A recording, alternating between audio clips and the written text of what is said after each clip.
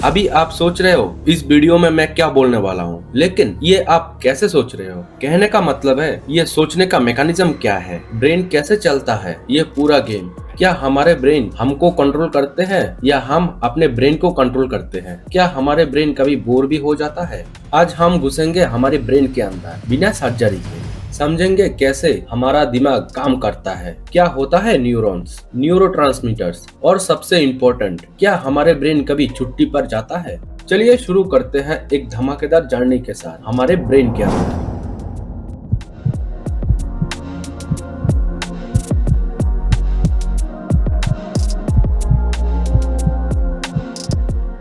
सबसे easy language में brain का इंट्रोडक्शन करते हैं, यानी कि ब्रेन क्या होता है। हमारे ब्रेन एक कॉम्प्लेक्स ऑर्गन है जो हमारी नर्वस सिस्टम के मेन कंट्रोल सेंटर है। ये लगभग 1.3 से लेके 1.4 केजी का होता है और 80% पानी से बना होता है। हमारे ब्रेन की स्ट्रक्चर जेली जैसा होता है और ये स्कल के अंदर CSF यानी कि सेरिब्रोस्पाइनल फ्लूइड के कुशन में रखे होते हैं ताकि शॉक एब्जॉर्ब हो सके।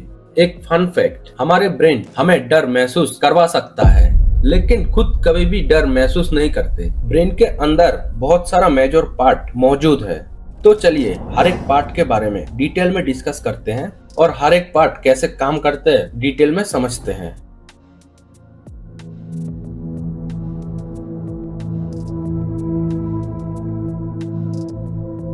सेरिब्रम ब्रेन का सबसे बड़ा पार्ट, हर एक चीज सोचना, डिसीजन लेना, याद रखना, बोलना, समझना, ये सब सेरिब्रम करता है। ये दो पार्ट यानी कि दो हेमिस्फीयर में डिवाइड होता है, लेफ्ट और राइट। लेफ्ट हेमिस्फीयर का काम होता है लॉजिक, मैथ, लैंग्वेज, ये सब को कंट्रोल करना, और राइट हेमिस्फीयर का काम होता है क्रिएटिविटी, इमेजिनेशन, इमोशन, इस सब को कंट्रोल करना। और एक पार्ट है सेरिबेलम, ये ब्रेन के नीचे होता है। ये सेरिबेलम बैलेंस और कोऑर्डिनेशन का मास्टर है। जब हम बिना गिरे साइकिल चला लेते हैं वो सेरिबेलम का कमाल है। ब्रेन स्टीम ये सेरिबेलम और स्पाइनल कॉर्ड को कनेक्ट करते हैं। ये ऑटोमेटिक फंक्शन को कंट्रोल करते हैं जैसे ब्रीथिंग, हार्ट बीट, डाइजेशन।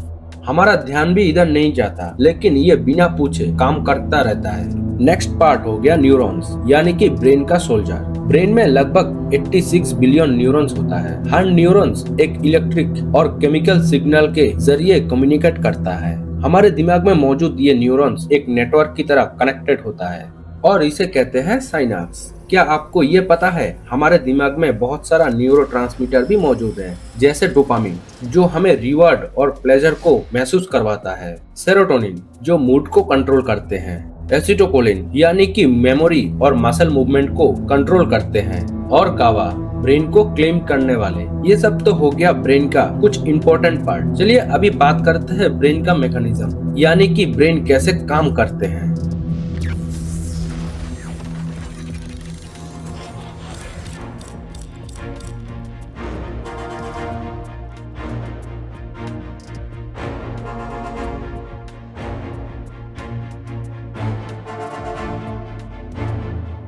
हमारे ब्रेन बेसिकली 3 पॉइंट के ऊपर डिपेंड होकर काम करते हैं। सबसे पहले इनपुट लेते हैं यानी हमारे आईज, ईयर, नोज, स्किन, ये सब सिग्नल भेजते हैं ब्रेन को। सेकंड में सिग्नल प्रोसेस होता है यानी कि ब्रेन एनालाइज करते हैं, इंटरप्रेट करते हैं और डिसाइड करते हैं क्या करना है, और उसके बाद आउटपुट देते हैं यानी रेस्पॉन्स सेंड होता है बॉडी के किसी पार्ट को। जैसे हम लोग हाथ हिलाते हैं, सर हिलाते हैं। एक एग्जांपल मैं देना चाहता हूँ, अगर आप एक गर्मा गर्म चाय के कप को पकड़ लेते हो तो उसी टाइम आपके स्किन उस गर्मी को सेंस करके सिग्नल भेजते हैं स्पाइनल कॉर्ड के थ्रू ब्रेन में, और आपका ब्रेन इंस्टेंटली रिएक्ट करता है, ये कप गर्म है, हाथ हटा लो, और उस टाइम पे आप रेस्पॉन्स देते हैं बिना सोचे। इसको कहते हैं रिफ्लेक्स एक्शन।